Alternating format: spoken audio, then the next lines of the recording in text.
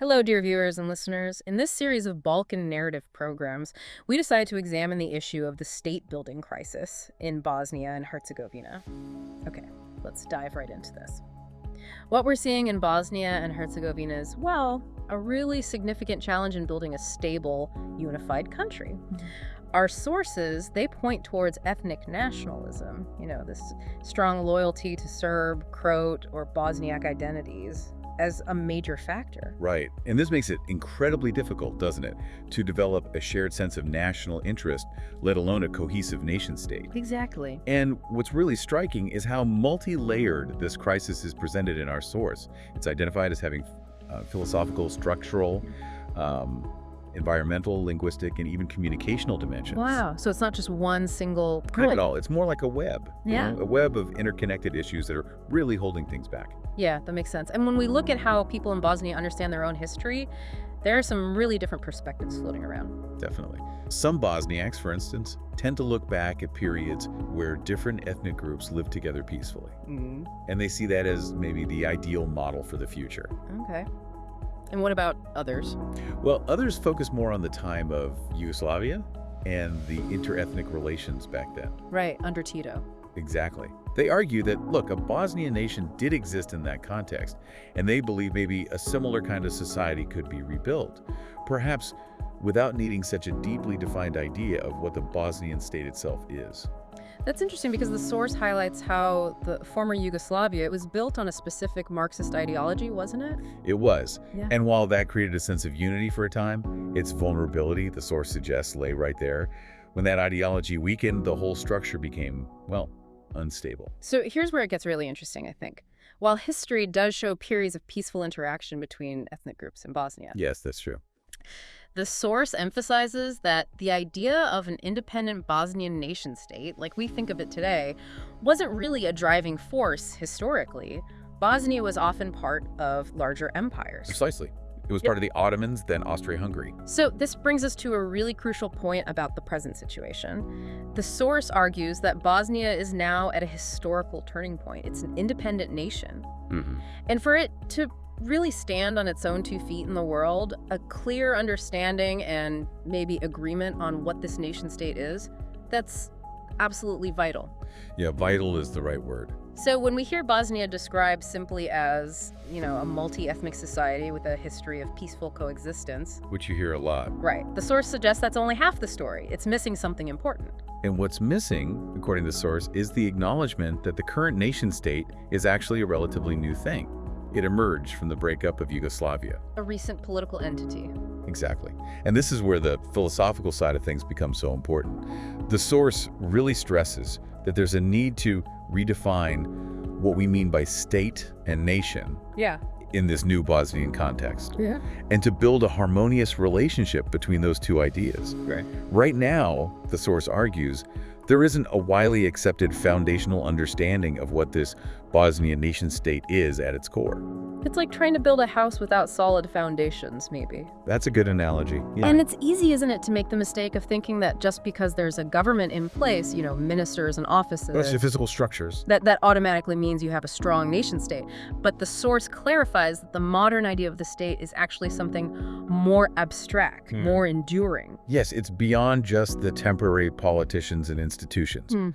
It's more like the underlying framework, or maybe a set of principles that guides a country long term. That's a key distinction for you, the listener, to keep in mind. This abstract idea of the state. It's essential for understanding what serves the long-term national interests. Rather than just the short-term goals of particular groups or individuals. Without this shared understanding, it's just much harder to move forward together. Absolutely. And now, we turn to my colleague who will continue exploring other vital aspects of this complex situation. Thanks. So, building on that idea of a lacking foundational understanding, the source then delves into how this affects Bosnia's political elites. Okay. But what's interesting is the suggestion that the current crises, and there are many, things like discussions around Republika Srpska's status, proposals for Croat entities, debates over national holidays, even things like renewed legal challenges. Yeah, these points of tension. Exactly. These moments of tension can actually be opportunities. Opportunities, how so? Well, it's fascinating here how history kind of shows us that Crises can actually spur political thought. They can push people to develop new solutions. The source touches on thinkers like Plato, Hobbes, Hegel. They all grappled with political upheaval in their times, didn't they? And they helped shape our understanding of the state and how societies can organize themselves. Right, so the idea is by engaging in open dialogue and really thinking critically about these challenges, the very concept of the Bosnian state could become clearer, stronger even. That's the argument. It's about using these difficult moments to build a more robust political culture, not just reacting, but reflecting and building. And it's important to realize, I suppose, that Bosnia's struggle isn't entirely unique in the world today. Not at all. The source points to countries like Libya, Syria, Iraq as examples of states that have faced collapse, partly because they lacked that strong national consensus. That shared philosophical understanding of what held them together. Exactly, that fundamental internal unity. Without it, external pressures or internal divisions can be devastating. Which then leads to a question the source raises. Why do some other countries, say Iran, Russia, China, Turkey, Egypt, why do they seem more resilient to these kinds of pressures? Yeah, what gives them that stronger sense of internal cohesion, even when they have their own internal differences and challenges? It's a complex question, of course. And then on the flip side, the source highlights examples like Saudi Arabia and other Gulf Arab states, where you might have significant economic power, huge wealth, Right.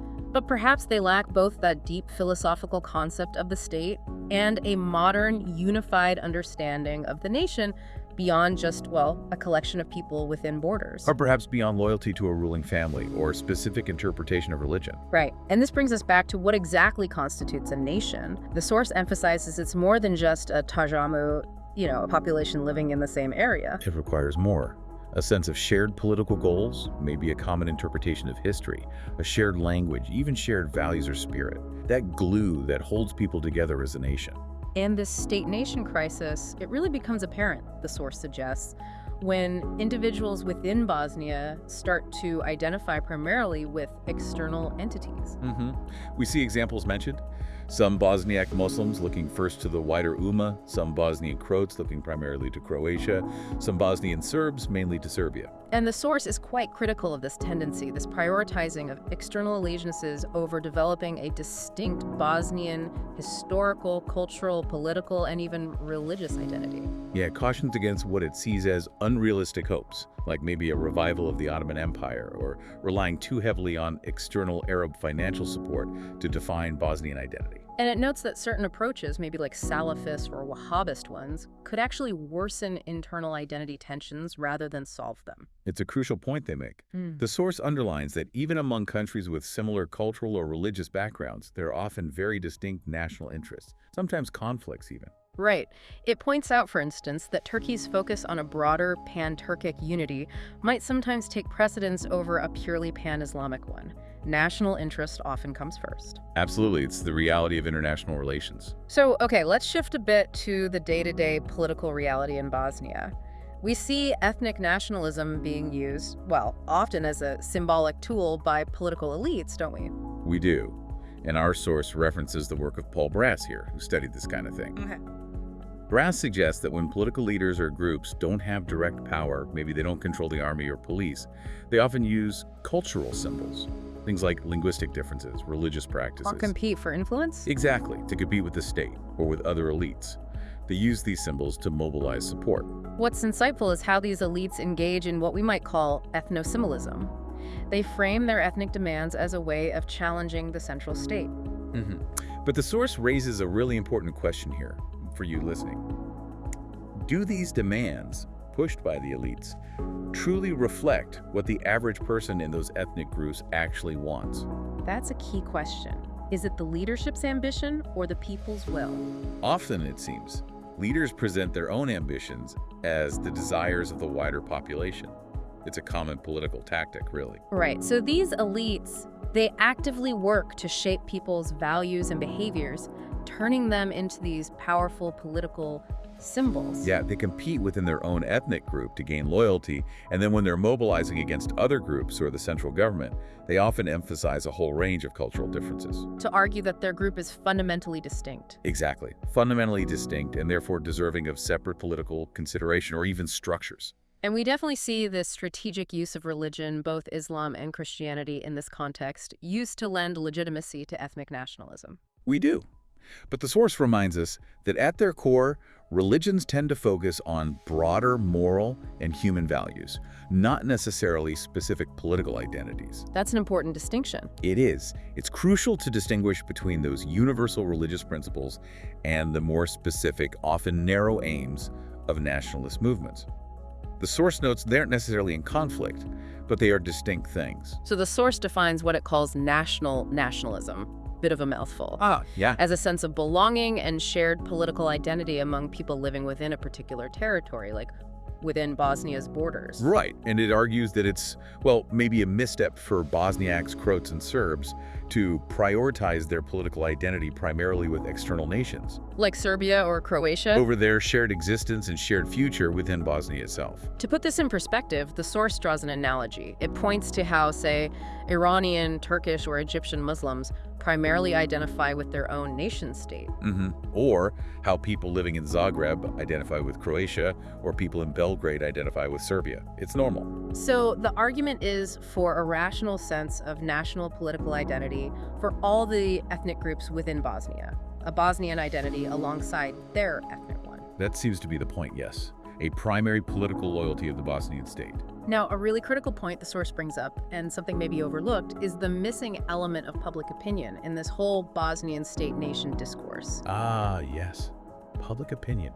It describes it as this potentially dynamic space where the state and the people can actually communicate, interact. Like a bridge. Sort of. What's key here is that a healthy public sphere, where opinions can form and be expressed, builds what sociologists call social capital. Okay, things like Trust, a sense of solidarity between different groups, and it even contributes to developing a shared understanding and common language to discuss problems. And the source argues that the weakness of this public sphere in Bosnia actually fuels the rise of populism. That's the connection it makes.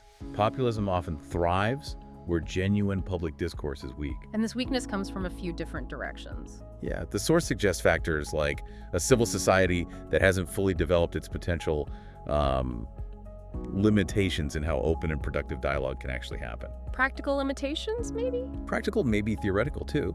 And just a general lack of a robust public space for these important discussions to take place freely and constructively. So the communication between the government, the politicians, and the people often becomes very one-sided. Often, yes. Described as top-down, sometimes authoritarian, almost like a propaganda system aimed more at controlling or shaping what people think rather than listening. That sounds quite controlling. Well, this top-down approach makes it really difficult for genuine public opinion to emerge organically from the grassroots. Right. So as a result, we only tend to see glimpses of real public sentiment during, say, protests or maybe around election times. When people have a specific outlet. Exactly. And control then becomes the main way the government or political powers interact with society. There's a heavy reliance on security measures, political maneuvering, rather than dialogue. And because there isn't this strong established public opinion for politicians to respond to or engage with, the media often gets overloaded. That's a really interesting point the source makes. Yeah, there's sometimes an unrealistic expectation that the media can somehow fill the roles that civil society organizations or even functioning government institutions should be playing. Like the media has to be the public square, the watchdog, the social worker, all rolled into one. Something like that. And the source points out that the media outlets associated with the central government and those tied to the Federation entities and Republika Srpska, they all suffer from weaknesses that are rooted in this dysfunctional communication environment. They're part of the problem, in a way, or at least hampered by it. So this all leads us to a really fundamental question, doesn't it? How can society, the state, and the media in Bosnia find a way to reach some kind of shared understanding? And engage in meaningful dialogue to actually find solutions. It's the million-dollar question, really. The source emphasizes the vital role that the media could play, potentially, in fostering this kind of shared understanding. If it operates freely and responsibly, yes. It could help create spaces for constructive conversation, for different viewpoints to be heard respectfully. Absolutely, and it stresses it's crucial to actively avoid narratives that promote violence or extremism. Of course, because those just undermine any possibility of dialogue and destroy mutual trust before you even start. So creating open spaces for discussion and truly recognizing the diversity of opinions and perspectives within Bosnia.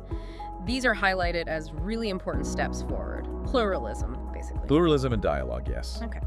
This brings us to a final thought for you, our listeners, to consider today. Reflect on the significant hurdles involved in building a unified national identity in a society like Bosnia and Herzegovina's, which is still dealing with the deep scars of conflict, powerful ethno-nationalist sentiments, and considerable external influences. And think about how a deeper grasp of this more abstract idea of the state, something beyond just the current politics, along with a careful cultivation of a strong, vibrant, and inclusive public sphere. How these elements could potentially help Bosnia and Herzegovina move beyond its current state-building crisis. A lot to think about there. Thank you for joining us on this deep dive.